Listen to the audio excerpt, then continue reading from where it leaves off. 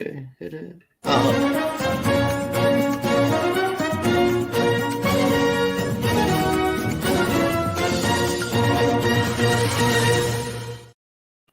Welcome to the final RotoWire soccer show of our lives. This is it. This is Black Friday, Ryan.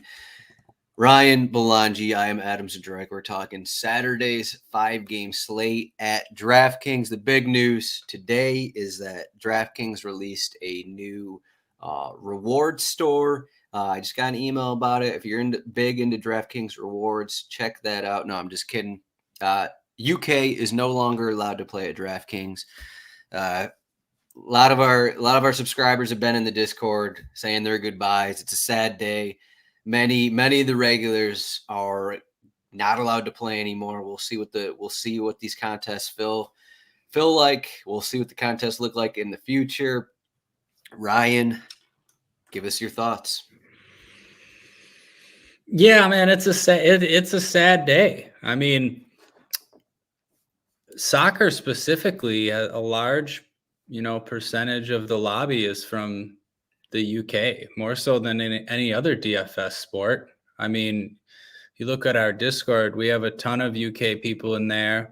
And then not in our Discord, you have Saramek and Redcoat and a few other people too, high volume players.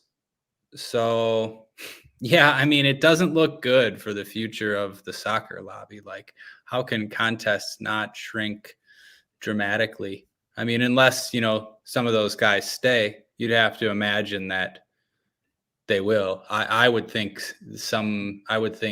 they would move countries or have a proxy or like somehow register from the US or something. But, I feel bad for the people that can't play anymore. I don't know I don't even want to think about that. I mean, playing at DraftKings is like, a large percentage of my life. And DFS soccer, I mean, I used to live in the UK. It's like all I did every day and all I thought about. And obviously we do the podcast and you try to make money. So yeah, feel bad for the people for sure.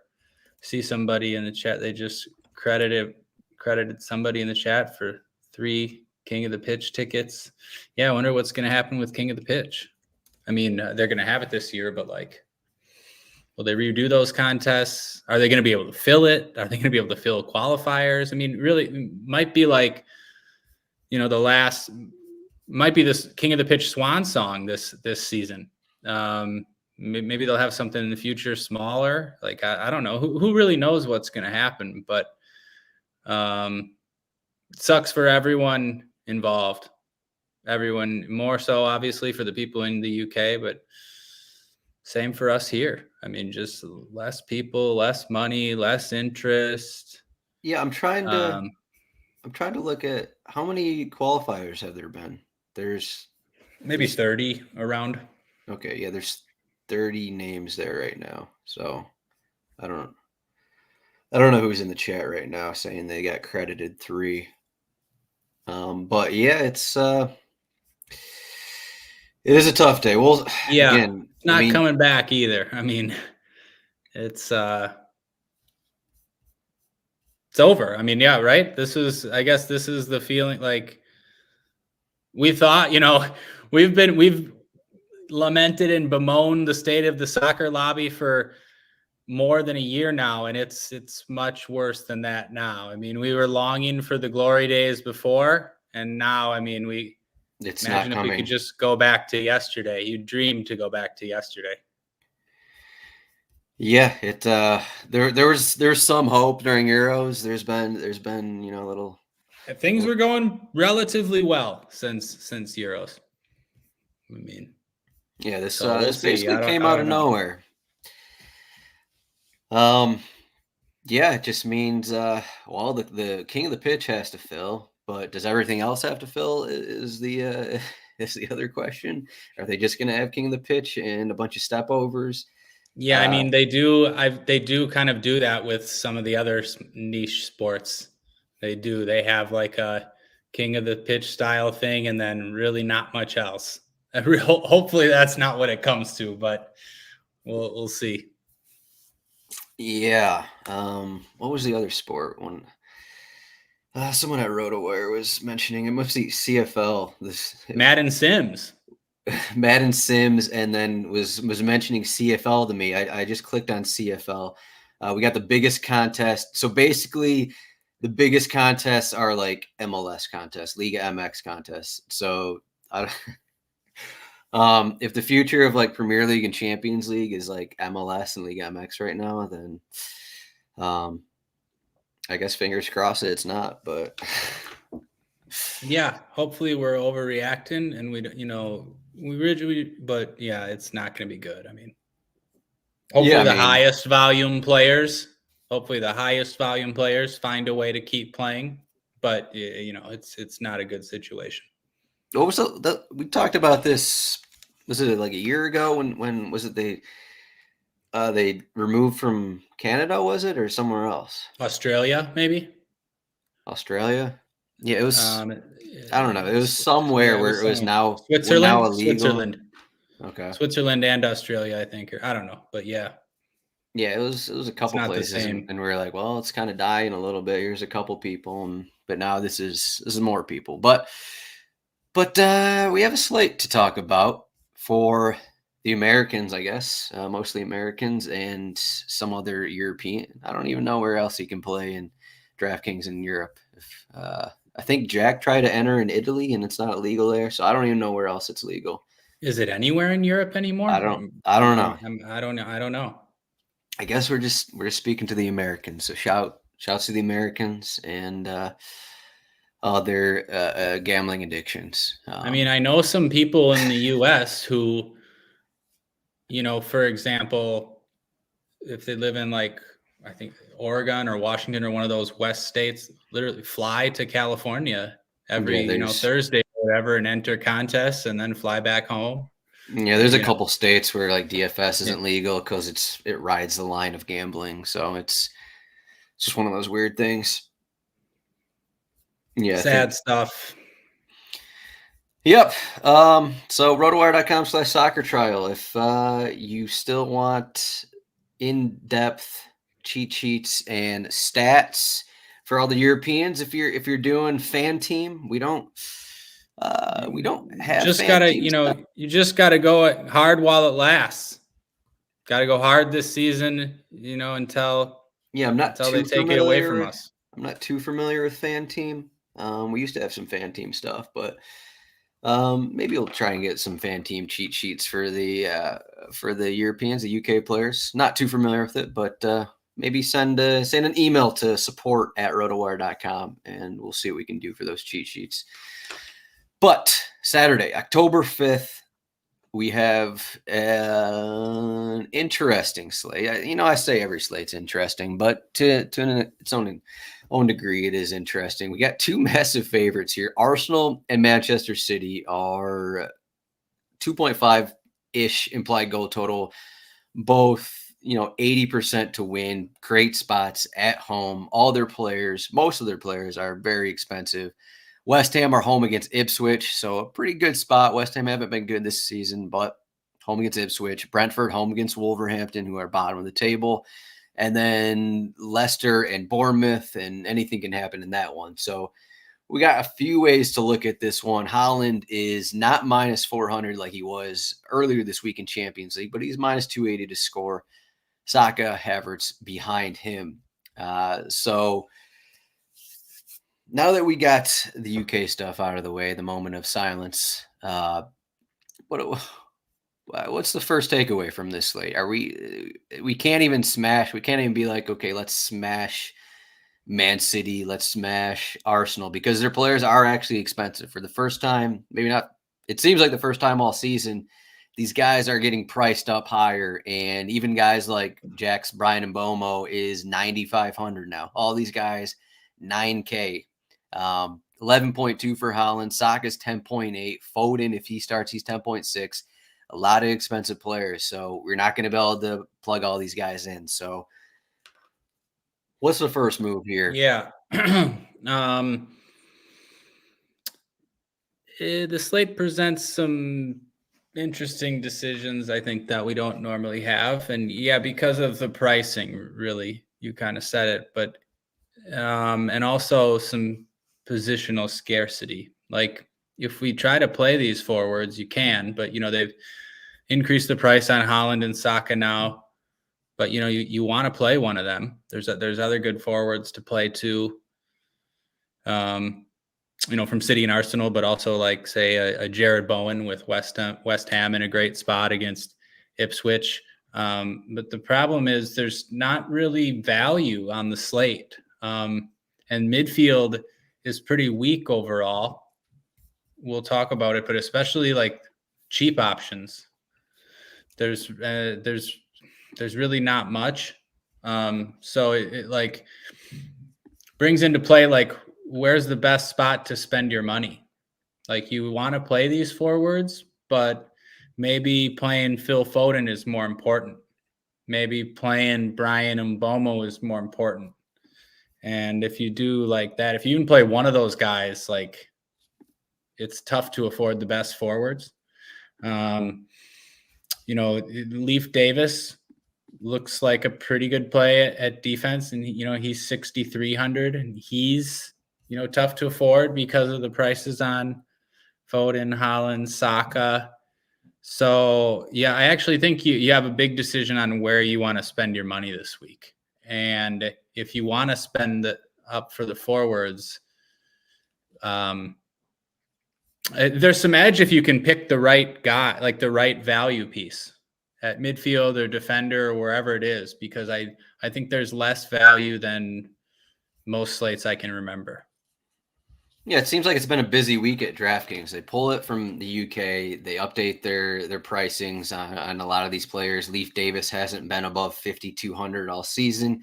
Now he's 6,300 at West Ham.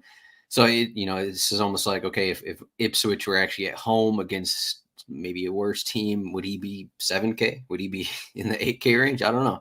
So a lot just completely different than kind of what we've talked about in prior slates because of the differences in price. So I guess with every Manchester City slate, we have to start with, do we want to play Erling Haaland? It's a completely different discussion than Saka because he has his floor with his upside, but Haaland is Haaland. He has his hat trick upside. He's 11.2K. Do you want to play Haaland and Saka in cash games, or is that just leaving you too short at all these other spots? That probably takes you off of Leif Davis. It takes you off of Phil Foden, likely as well. Yeah. Unless you really get crazy somewhere. Yeah. It might be a decision of like Haaland versus Foden if your lineup's looking like that way. So. Yeah, I think playing both seems like a bit too prohibitive on this slate. I mean, you'd have to make quite a few concessions, I think. I just don't see the value really at either of the other positions. I don't know. Maybe you can sell me on some. But yeah, I'm always in the fade Haaland camp. Not always, but usually in cash games. But especially on a slate where Arsenal have the higher total. There's also other good forwards too. So we'll go down the list, but with the lineup we have, Haaland would be the only City forward that starts. If we don't get Doku and Savinho. So Jared Bowen at 8,700 is probably the next spot you would look. He's still expensive, though. The problem is he's still expensive. Yeah, he's expensive, but it's a really good spot, right? He always plays 90 minutes. He takes most of the set pieces. Like, would you think, what would Dwight McNeil be priced in this spot? I mean, home against Ipswich. Yeah. 9,100. Yeah. And they're not too dissimilar. Maybe you'd say McNeil has a higher floor, but I think, eliminating last week, you'd think Bowen has more upside. It's just a good matchup for West Ham. Like usually, he's $2,500 less than Foden. than Haaland. $2,500 less than Haaland, with sets in a good matchup. So I think you can consider that. Haaland's just expensive. I don't know. Pairing them both doesn't seem like the move when you don't have value at midfield. Going down the list, is there anyone on Arsenal besides Saka? Martinelli up to 8,900, like probably too much. You're not going to play Martinelli over Bowen in cash. I don't think. I mean, yeah, I get the argument, but I don't think so. I think we could see Gabriel Jesus start. Seems likely to me, actually. Like, why wouldn't he start? He didn't start midweek in the Champions League. Like, there's a lot of, congested fixtures now. Sterling could start too, but Jesus is only 7,100. I think based on how good the matchup is, you could definitely consider him in any format.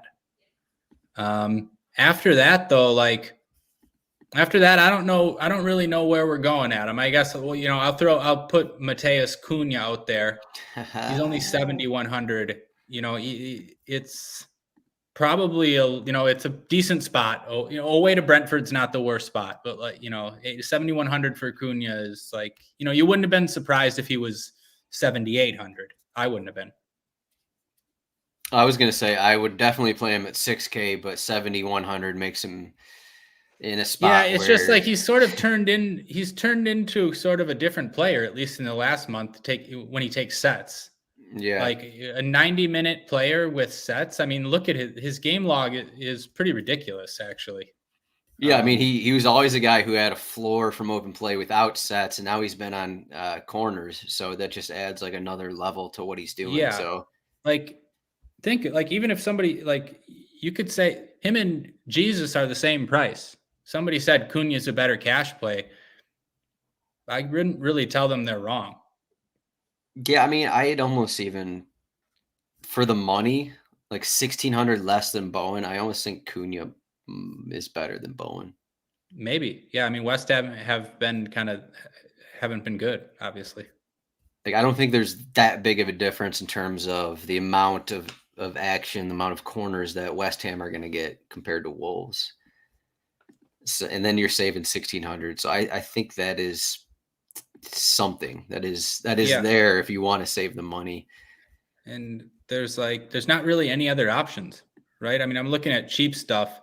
I know Jack would mention. There's one option Jack would mention his boy Jordan Ayew, but I'm not really in that camp. And he'd mention Miguel Antonio. We don't even have him project to start. Miguel Antonio. Jordan would be playing Antonio in cash, right? With his new strategy. Yeah. I would look at, depending on the lineup, we'll see what we get here.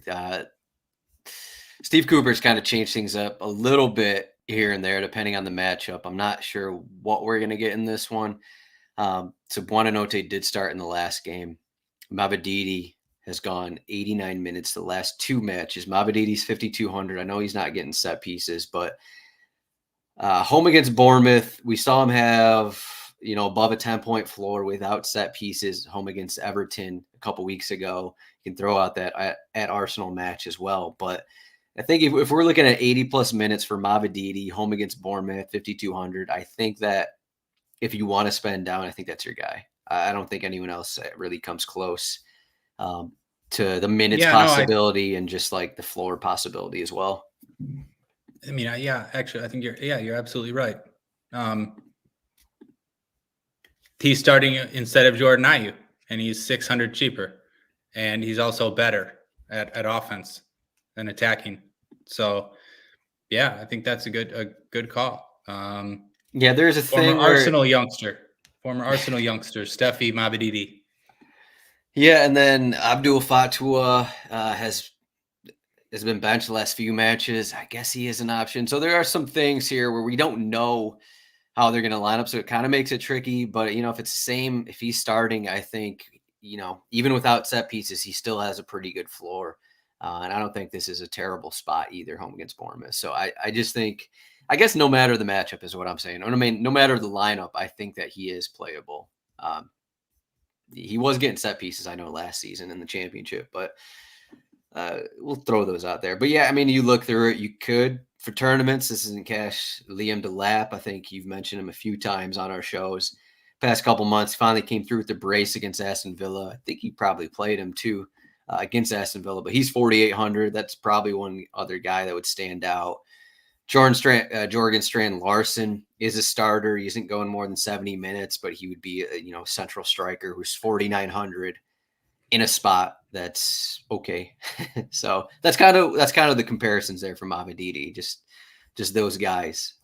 So it's basically you're basically going to Mavididi in cash games, or you're probably moving up to Cunha and then the other guys we already talked about. That's kind of what it's looking at, really. Yeah, no, yep. I think you're right. I mean, I get, Miguel Antonio is worth mentioning. Can't say it's like off the board, the fact that he's only 5,100. Like if it was, for example, it's not, but if it was Chris Wood, 5,100 home against Ipswich, I'm not even kidding. Just like it's a difference now. Chris Wood at 5,100 home against Ipswich would be a cash play these days. Antonio doesn't go 90 and doesn't really have a floor, but it's at least higher in this spot, you would think. Has one shot on target all season. Those are the worries. Those are the worries with Antonio. Even though Fulkrug's out, he still isn't an option to go 90. They've had not if Somerville's on the bench. Yeah, I mean, even then, like Bowen will move more centrally, kind of a thing. And Soler came in for Kudus last game. Kudus and Lopetegui had a little bit of a bust up, which is worrisome if you're looking at Kudus this week. I would not. But yeah, so Saka, is he in 100% of your? Is he in your cash lineup? Is he like the one lock here at forward? Yeah. But he's not as much of a lock for tournaments as usual because no multi-position eligibility has actually changed a ton. And on this slate, like it's tough to play Saka and Foden, for example. You can, but a lot of times on this slate, like I bet if Jack was running the machine or at least just like running optos, I'm pretty sure Saka can score like 18 points and he won't be optimal very often, just based on there being no punts at midfield. So he's not as much of a lock as usual, but for cash, I'm going to play him. And I'll obviously have a lot in tournaments. I mean, he's Saka, great player, amazing spot. Like this matchup against Southampton, you could have a hat trick here. Yeah, Roto AI has him at 23 points about. So yeah, what a projection. So yeah, if he gets 15 or fewer points, then there's a lot of instances where he is not optimal, especially in tournaments. So moving to midfield, we mentioned Foden, 10.6K. I still have some questions about Foden. He went 70 or so minutes. That was his second start of the season. He started in an EFL Cup match a couple weeks ago. I think that was against Watford. Started against Bratislava.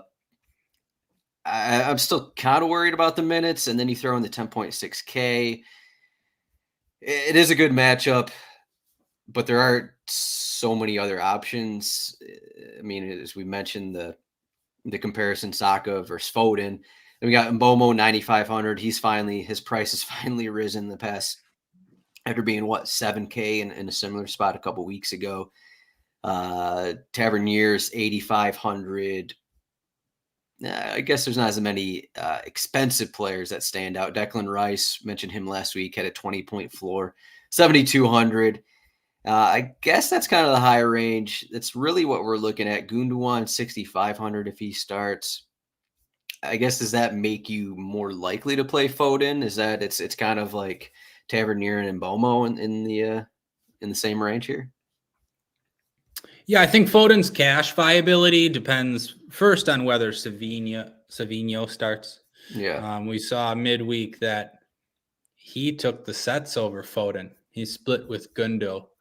So that was something, wasn't really sure who was going to take the left-footed between Savinho and Foden, but Yeah, it appears like it's Savinho. So I, couldn't pay 10.6 for Foden in cash if that was the case. Even so, you're right. There are some concerns. He hasn't really been a consistent starter. Started and played 78 minutes. But on the other side, Foden is like sort of the Saka type, similar in that way, where they could play 90 minutes every day, just sort of roll out of bed and play 90. And he's that type of guy. So I think, a good cash play, not a must. I mean, you just the price makes it tough. Would you rather play Foden or Haaland in cash? Probably. Well, yeah. Me, Foden. I'm sure other people would say Haaland, but it depends. Like if we had some punts that I liked, then maybe Haaland. But I just don't really here. Maybe there's a couple guys. Do we want to get to the punts right now? Not quite yet. Mbombo 9,500. The game logs would sure back it up. Guy goes 90 every game. He's scoring a ton of goals. He's taking most of the sets. He has penalties. It's a good matchup at home against Wolves. It's another one of those where he's 1,100 cheaper than Foden, and if somebody showed up with him in cash, I wouldn't call it a bad play. Again, I think midfield might be more important than forward.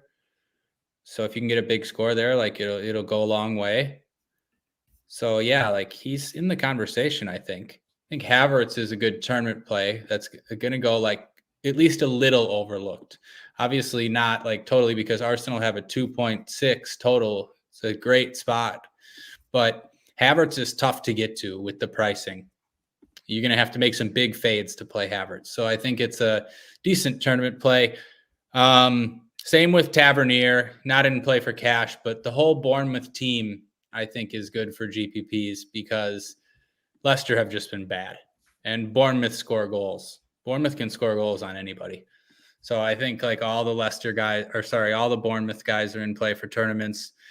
Gundogan I think would be popular for cash, Adam. I would really Gundogan's so annoying to me. He's like a Kimmich type.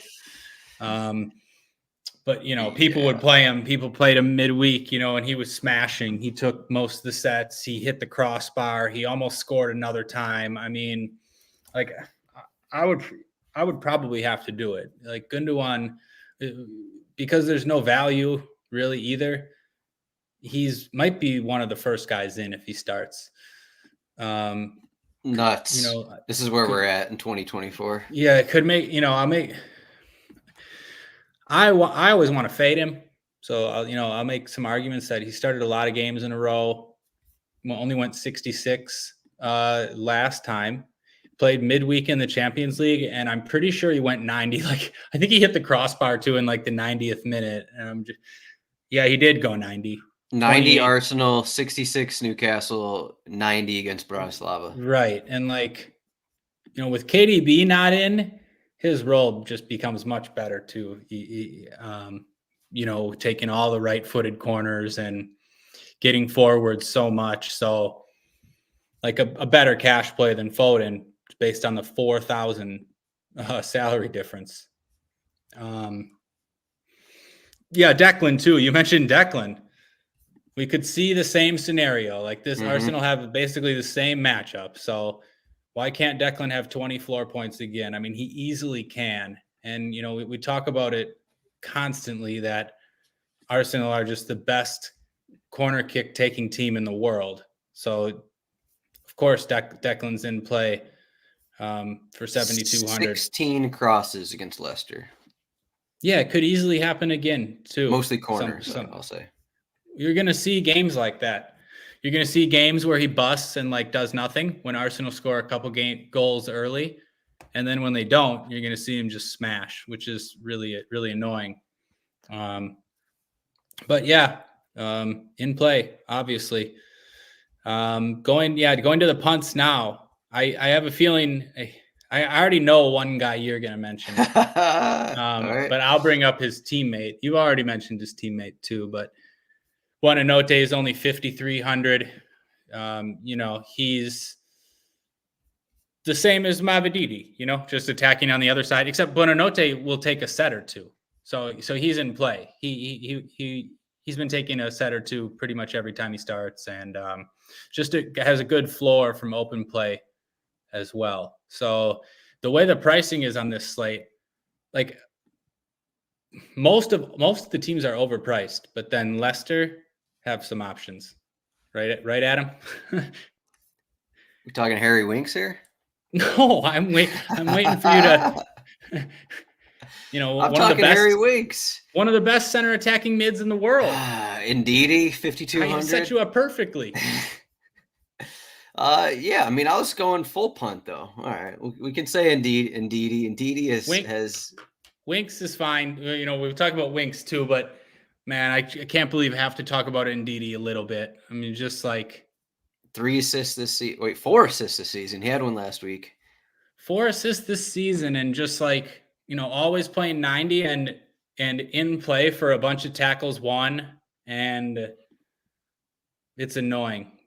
I'm not necessarily going to do it, but it's one of those things where there's just not much value underneath him. Like there's almost like 2 guys, like you're going to Winks, Thomas Partey's there. How'd Thomas Partey work out? I didn't play him, funny enough. Yeah, no, I wasn't even really asking you. He was popular. I mean, I played him on a couple lineups. It didn't work out bad. He scored 6.2, but like 4 tackles, 1. Yeah. And now I would actually say Thomas Partey is a decent play, but not anymore with Mikel Merino almost certain to come on. So what? Is Wicks in play for us here? Or sorry, Winks? Yeah, Dontavian Wicks. Yeah, we'll call it. Yeah, we'll take him. Dontavian Winks. I think if Buonanotte doesn't start, I'd be more likely to play him. It is kind of what it comes down to. You're more likely to split sets is kind of what it is. Right. That's what happened against Everton. Yeah, he had that nice almost 11-point floor against Everton. Again, it's almost solely based on set pieces, and those set pieces resulting in shots assisted. Can I sell you, speaking of the same situation, can I sell you on Calvin Phillips? Yeah, I was hoping you would try. It's a tough sell. It's a tough sell, but go ahead. No. 3,600, split of sets. He missed the Southampton match. He had some kind of knock, so he came back from the knock.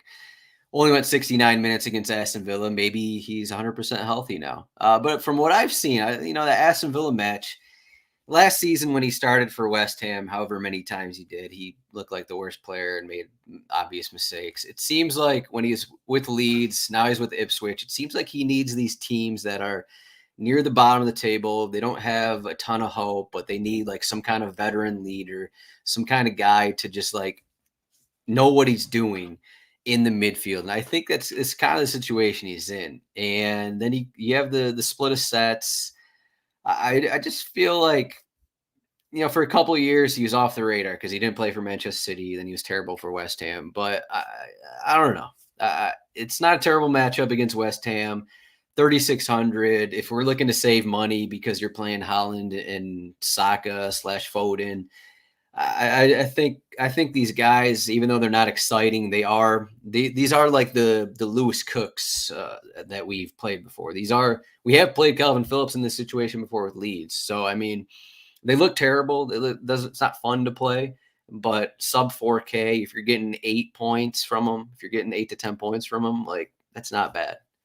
So that's a sell. Not bad at all. Pretty good sell. I mean, if you told me that Phillips was going to get 8, I'd be playing him. I'll say 6 to 10 is what I'll say. Right? No, I'm just saying, like on this slate, if you can get 8 from Phillips, man, you can even win a tournament with that sometimes on a slate like this. So it was a good sell, Adam.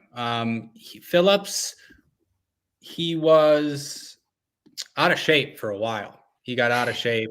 Yeah. Kind of got fat a little at City. But yeah, I agree with you. He's one of these guys where I think he's better as, sort of the alpha on a bad team, or like, the holding midfielder on one of these struggling teams. seems to relish that role. But yeah, he did look decent last game. I saw, and he's like he plays deep, but he still looks to rip shots. I saw it a couple times last game. I remember he had a shot on target. Yeah. Okay. And I know like he's so like you can tell he's anxious to contribute just because of how sort of rough it's been for him. Yeah, good sell actually. If I'm looking for a punt on some of these lineups, he seems a little, similar to Winks, maybe better.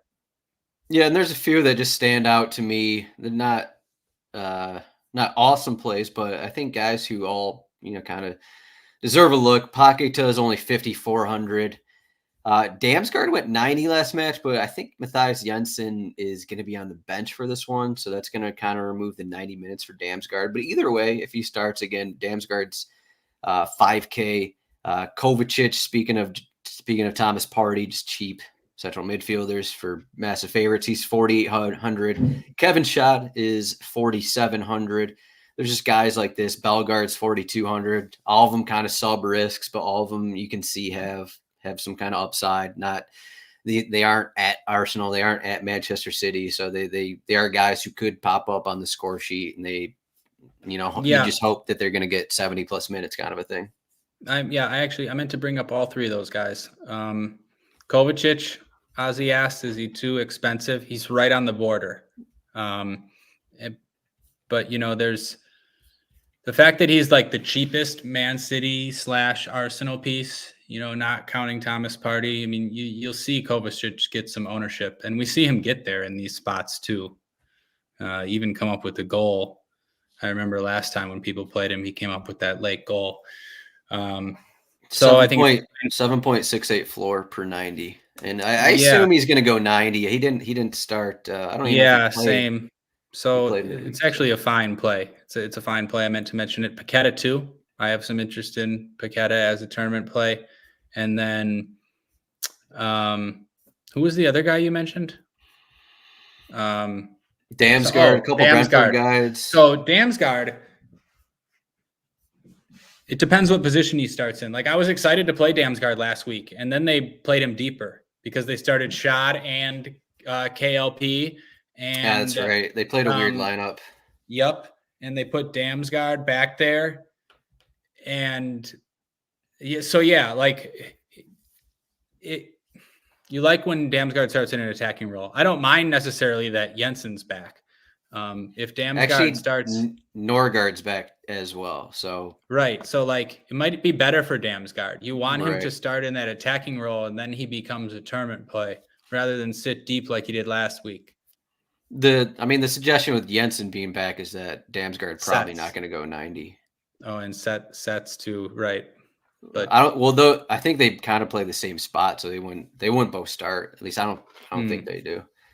Okay. It'd be more of Jensen's more likely to come on for him at some point. Right. Yeah. One more guy I kind of looked over here. Mario Lemina is kind of like the Wilfred Ndidi of Wolverhampton. He already has a goal and assist this season. He has spots where he's showing up big. It's always this guy is just like a ruthless defensive midfielder, but he is playing ahead of who's it, Andre and João Gomez. He is more attacking than those guys. So it's another guy who's in this 5K range who has popped up on the score sheet. It wouldn't be surprised for him to pop up in the spot either. So no, not at all.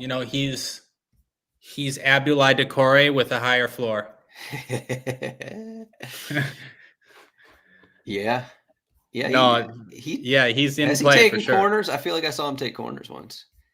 Maybe. I don't know, but I guess it's possible. Desperate times. He is not. So but no, I was looking at him. I mean, same price as Kovacic. 90 minutes. 7-point floor against Liverpool. You think he can do that against Brentford? Probably. So there you go.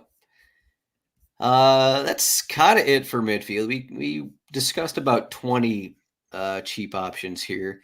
If Jack Grealish starts, are you gonna play him? 7,400. I would play some. Yeah.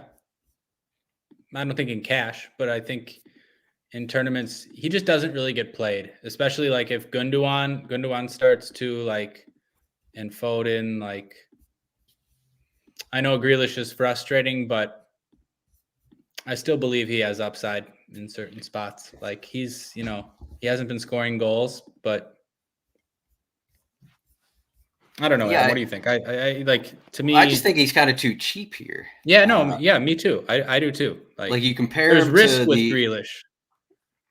Yeah, I mean, there's risk with Doku. I mean, if he's there's more risk for Grealish than other City players, I guess. But he also has like those games where he plays 90 minutes and puts up a big floor. Those are still there. Yeah, at Newcastle, he had the assist, had about a 10-point floor, drawing fouls, assisting shots, which, that's his game. 7,400 though, and you compare him to all the Arsenal guys who are around 9K kind of outside of Jesus. And then you compare him to Bernardo Silva, who is maybe more inconsistent than Grealish is. He's 8,300. Doku's 9K. So you just compare him to the other guys in Arsenal, the other guys in Man City, and that 7,400 just seems kind of cheap. So, and yeah, if he's going to get overlooked, I don't see a reason not to play him outside of him frustrating everyone in the past, which is why people are playing him. So I agree. And yeah, I mean, all these guys are battling for minutes. We always have this discussion with Manchester City, Pep rotate midweek, Pep rotate weekend. A lot of times though, if it's not like that Newcastle match when they're kind of struggling a little bit, like he'll play guys 90. He won't sub. He'll make one sub in a game or something. Whoever starts, he's not going to sub this guy out as long as he's fit, kind of thing. And he'll get the bench guys minutes in the next match. So I don't know if I worry about Manchester City minutes terribly all that much. If they're starting, and Manchester City are home against Fulham. I think they're going to score a bunch of goals. So I'm not worried too much about minutes, I'd say, for Man City at least. Yep. I think that's the right take. Defender is Leif Davis, 6,300. We kind of talked about him a little bit at the beginning, but I got my eye on a gunner here for someone I think might be the top defensive play on the slate. Is your guy Calafiori? Do you want Calafiori more than you want Leif Davis for 1,400 cheaper? Or am I stepping too far out of bounds on that suggestion? No, I think it's a really close decision. If you knew you were going to get 90 out of Calafiori, I think I would probably just go there. I think we are. It seems like it's Zinchenko's out. We'll see about like White and Tomiyasu and Timber. Yeah. But Kiwior's there too. Yeah, it's never for sure. The other part of it is I think Leif Davis is a pretty good play. We talked about how he's a little bit more expensive now, but everything on Ipswich goes through Leif Davis. Look at the game he just had. Yeah, and Calvin, look at the game he just had against Villa. And that's a good Villa team, at Southampton the week before that. I mean, really though, he's there. He is who their offense goes through, and he takes most of the sets. I mean, yeah, Calvin will take a couple, but I think the best. It's a good matchup too. Yeah, it's a good matchup. So like, I think Leif Davis still, like, West Ham have not been good and they concede floor. So I think he still probably has the highest floor, right? Leif Davis still has the highest floor ahead of the Arsenal guys, but he's expensive and it's a great spot. Like, obviously love what I've seen from Calafiori. And yes, I want to play, the Arsenal fullback who's going to play 90 minutes. I mean, we saw what Timber just did against Leicester. I mean, Calafiori can do something like that. So, yeah, I think those are the best two defenders on this slate. And then throw in like Gvardiol, which would be Man City's version of Calafiori. He's only $500 more and very similar type of player. Mm-hmm. Obviously, goal upside, scored last week. We saw him score a bunch of goals at the end of last year. So I think those are the best three options. Yeah, hard to disagree with that. I was just going to say maybe the most important Leif Davis performance. He had the 11.3 points with the clean sheet, but at Brighton, where Brighton basically dominated that match. I think Ipswich had 6 shots and 2 corners in that game, and Davis is still getting to 10 plus points, granted with the clean sheet, but still, that's kind of what you want from someone who you're spending 6+ K on at defender. So are you spending up? Can you find? We mentioned these 3 guys. Are you playing 2 of them though? Are you finding the money to play 2 of them, like with Calvin Phillips and Harry Winks, or what? I've been only able to play 1 in the lineups I've made so far. Yeah, it's kind of difficult. Yeah. Am I gonna maybe well, maybe I'll fade, like, if you fade Haaland, Saka, and Foden, those 3, I'm not sure is that too much to fade? Maybe. Probably, unless you think Arsenal, Man City combined for 2 goals. Maybe not though. Think, you play Gundogan at midfield, right? You play Bowen and Gabriel Jesus, maybe Grealish, maybe yeah. So I mean, it's doable, but I don't know. Yeah, it's tough to pay up twice. Probably do it on some lineups though. I mean, that's sort of my default strategy.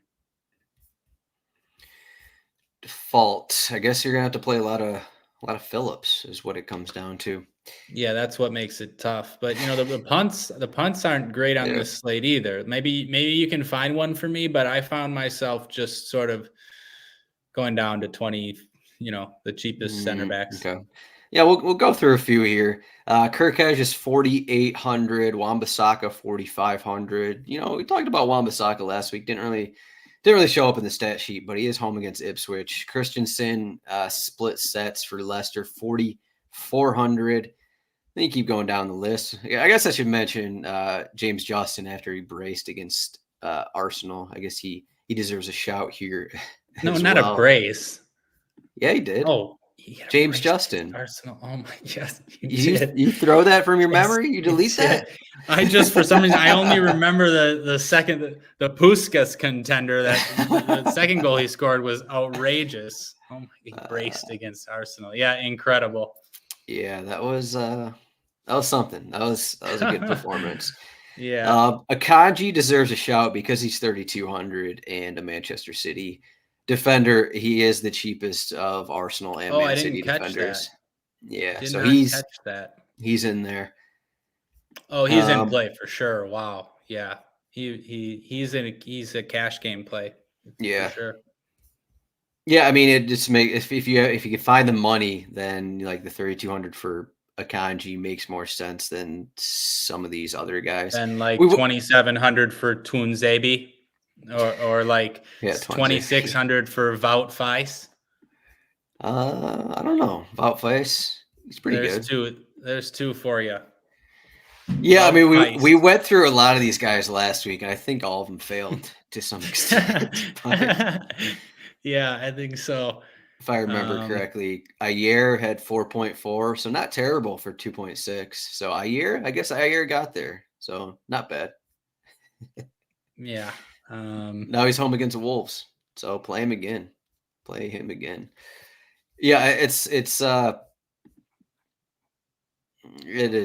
what it is. It is what it comes down to. There's nothing. It's like Akanji or nothing. Yeah, that's kind of it. I guess Kanji or go with the center back and hope for a goal. We have Mavropanos at right back. What's going on here? Is this the new Ben White? So Lopetegui took off Emerson and Kudus at halftime last game, and Mavropanos came on, played right back at Brentford for him. Yeah. I read that Kudus squared up with Lopetegui at halftime. Yeah, I saw it too. And then didn't come out and play the second half. They supposedly got over it, but yeah, we'll see. I mean, we look. Here's Mavropanos's numbers: 1 cross, 1 accurate cross, 1 shot, 4 interceptions. I mean, to be honest, the message would come down from the higher ups at West Ham to Lopetegui. I still have Kudus get over in, it, I will say. We'll get rid of you, basically. Yeah, I still have Kudus in, but like Emerson seems like he has a knock every game, and I just felt like, okay. And Wan-Bissaka was getting up. I think it was a match report on their website where they're just talking up Wan-Bissaka getting up a ton on the left side, whereas Mavropanos was kind of sitting back further at right back. So I don't know if it's going to happen, but they've been so bad that I figure Lopetegui has to change something up. He's got to do something to like get them going at home against Ipswich. You can't lose this game. First off, you definitely kind of need 3 points, but we'll see. We'll see. They may change things up completely. I mean, we've seen Somerville start already. Soler came on for Kudus. Carlos Soler could actually start for West Ham here. Antonio may be on the bench. So there are different lineups are possible here in a good spot. Yeah, you figure if West Ham don't get 3 points here, you might have Lopetegui leading the odds as first manager to get sacked. That'd be brutal. I'm not sure Lopetegui's actually a good manager at this point. No, but, I know. I'm not. He might be one of these guys where it's just totally passed him by. He was at one point. Obviously, he was the Real Madrid manager. So he's kind of turned me off since his days at Wolverhampton. Do you remember when we would try to play his Wolves guys and they'd come off at 45 minutes every game? Yeah. He left. I think it must have been mutual. Like they weren't buying enough players, the players that he wanted. So he basically left Wolverhampton at the beginning of last season. And now West Ham, they got Fulkrug, they got Guido Rodriguez, they got Todibo, they got these guys. And then what are they doing for him? So far they haven't done anything.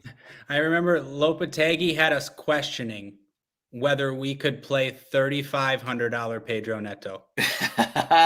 Yeah, that's right. That was. Do you remember that? That was Pedro Neto decisions right there. Can we pay $3,500 here for Neto or whatever it was?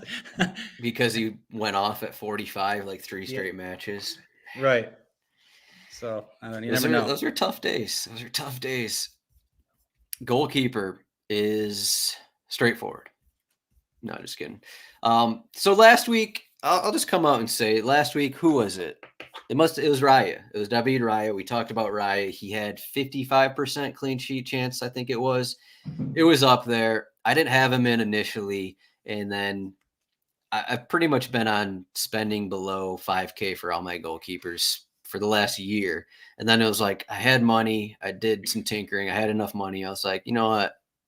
Arsenal home against Leicester, they're not going to allow a goal. I'll take the 12, 14 points here from Raya. Didn't work. I'm done. I'm done spending up. No spending up. I don't care if the odds are. I don't care if it's 90% clean sheet. I'm not doing it. I'm not spending up on Ederson. I'm not spending up on Raya. How do you feel, Ryan? Yeah, I'm spending down on this slate. All right, good. Yeah, I feel like no one gets bit by expensive keeper more than you. I've never had a successful expensive goalkeeper. It's unbelievable. But yeah, I mean, the theme sort of this slate is, expensive prices and a lack of value. So I don't really see how you can spend up for goalkeeper unless things change. I mean, there might be some tournament lineups where I do it, but no, for cash games, I mean, I'm looking at all the way down. And then even like in tournaments and like Wolves can win for me, and Johnston's 4,100. Like wouldn't surprise me at all if Wolves won. Obviously the other underdog keepers are in play too, but yeah, I know I'm with you. I'm not going to be spending up much. Yeah. Johnstone was in my initial dummy lineup here. So I didn't have to deal with the possibility of a -8 from Ramsdale or Leno. Speaking of Ramsdale, Leno, do you have a preference there? Last season it was always we don't want to go against Arsenal because they're so efficient, but it's kind of the same for City though, right? Or no? I was just gonna go. Well, that was last season. Hermanson had 13 saves against Arsenal last game. Right? Yeah. I feel like last season Man City were less efficient, but now maybe they're more efficient. I don't know. It's been maybe we're just making it up as a recency bias here, but I don't know. I guess it's to say I don't know if either one makes sense, but take your pick and hope for the best. Yeah, I guess I don't really have a lean. I don't have too much of a lean. No, I mean, it's different, but I played the keeper against City in the Champions League. I think they played against it's Bratislava. I mean, he allowed 4 goals and had 12 saves or so, or something like that, 10 saves. But like you said, Arsenal against Hermansen last week was ridiculous. So that could happen again too. Imagine spending up on Raya when you could play Hermansen for 20 more points. It's actually gotten to the point now where you almost worry about playing John Stone or Muric. At least I do sometimes because they're not going to get 20 points. Exactly. And sometimes with everyone playing cheap keepers now, I mean, everyone playing cheap keepers it's now. So stupid. Yeah, these guys, the save upside is actually worth something. And it bails you out. It bails you out oftentimes. Yeah. Well, I guess we say Ramsdale's going against his former team, so maybe that's the bump we need. Ramsdale against Arsenal. Seems fine, yeah. I'll play some. Yeah, he's not on loan, is he? He's going to start, right? I'm pretty sure. Yeah, I don't think he's on loan, no. Yeah, it's a contract. All right, that's goalkeeper. So a few minutes here before we go. Are we going to win with Fabio Carvalho again, or are we taking a different route?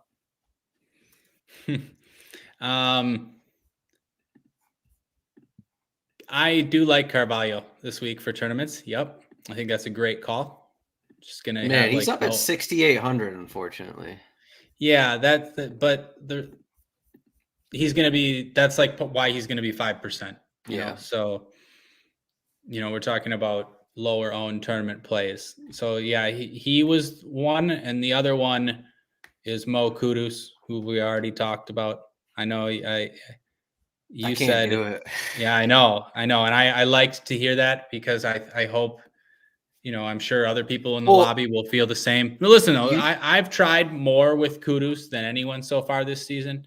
People know I've touted him all the time, how good I think he is. I've taken chances and played him in so many spots this year over players on, good teams, and I've gotten punished every time. Kudus hasn't done it once yet. But I'm inspired. We saw 5% owned Ben Sesko do it during the week. And, Kudus sort of is a similar type player for me. That just 5% ownership that can break a slate. Do you care that he's not a team player? Yeah, no, not really. But yeah, in general, not really for DFS here. But Lopetegui cares. Yeah, Lopetegui cares, but he's at the point where, I don't know, he can't really make decisions. I feel like, or I don't know. He needs Kudus. Yeah, he can't make decisions like that to bench him or take him off at 45 and then lose a game to Ipswich or something. No. What he does, he needs 3 points. Yeah, and then the other thing, I mentioned Bournemouth. Bournemouth is a good spot to look for tournaments. Evan Nielsen got his first goal, and just a guy that could score a brace. Semenyo has been great all season. Tavernier at midfield could put up a ceiling. Kind of just I was looking. I'll sprinkle some one-offs, some low-owned one-offs. Yeah, that Leicester Bournemouth game feels like a grimy, dirty game where it's 1-1. We might not get a ton of floors. I don't know. It doesn't feel like a game like the Steve Cooper game. It doesn't feel like one where it's going to be What does? Brentford Wolves? Brentford Wolves does. Wolves are desperate. I saw some quotes. I think it must have been Gary O'Neill or maybe one of the players. They are desperate for points. And Carvalho Cunha stacks. Yeah, this one seems more likely to be like a 2-2 kind of game than the Leicester Bournemouth one, than the West Ham Ipswich one, and then the others are Man City Arsenal, massive favorite games. So I think that I think Lamina and Cunha together is interesting. Larson is fine. I don't like playing the forward who gets subbed at 60 minutes, but when you worry about minutes is kind of when it comes back to bite you. So, if you want to go Larson, go Larson. He is their central striker. I don't think he's actually scored this season. Yeah, he has. I know he's had a couple called back for offsides. Okay, he scored. Oh yeah, that Chelsea game. Yeah. But yeah, I mean, less than 70 minutes the last two games are worrying, but at Villa, home against Liverpool, so different matchups. But I think if you plug in a couple of these Wolverhampton guys, we didn't even mention Aït-Nouri. He had that goal against Liverpool last week. He's 5,200 as a defender. Maybe throw him in there with Cunha or something like that, and then Mbomo and another Brentford guy. Could be Carvalho. We've got to wait and see what their lineup looks like too. But I think there's a couple guys in this spot. I think the desperation of Wolves is kind of going to hang over this match, and if they don't get like an early goal, I think they're going to be pushing. It's going to allow for a ton of counters. It's going to be up and down a little bit. So I think I'm pretty intrigued by that one. Yeah, me too. Wolves are underpriced, I guess. Definitely in relation to the rest of the slate. I didn't see Strand Larson. I mean, 4,100. Yeah, I don't not like excited either, but I think I could play some at that price for sure. 4,100, man. That's really cheap on this slate. And then I agree with you. Who were you guys playing last week who was 4K? I think Jack played someone who was like 4K last week. It was like some random forward who started. Oh yeah, Jack did. And it was like, I don't think it went well. It was Awoniyi. Right, he went 45 minutes. It was Taiwo. They started two forwards, Awani and Chris Wood both started. Awani got subbed off at half. Oh man, tough days. Yeah, I mean, it doesn't seem like Strand Larson will get subbed at half at least, but it's usually Ben Bellegarde who comes off for first, but you never know. I don't know. Yeah. One last question. I know we're 60 plus minutes here. One last question: Bernardo Silva or Leandro Trossard? Who's the better play? In tournaments. I think Trossard is more likely to put up 20 plus. Okay. So I would say Trossard. All right. There's your answer. Trossard to win the tournaments, the last soccer DFS tournaments of all time at DraftKings. We're going to pour one out for DraftKings, but pour one out for our UK subs.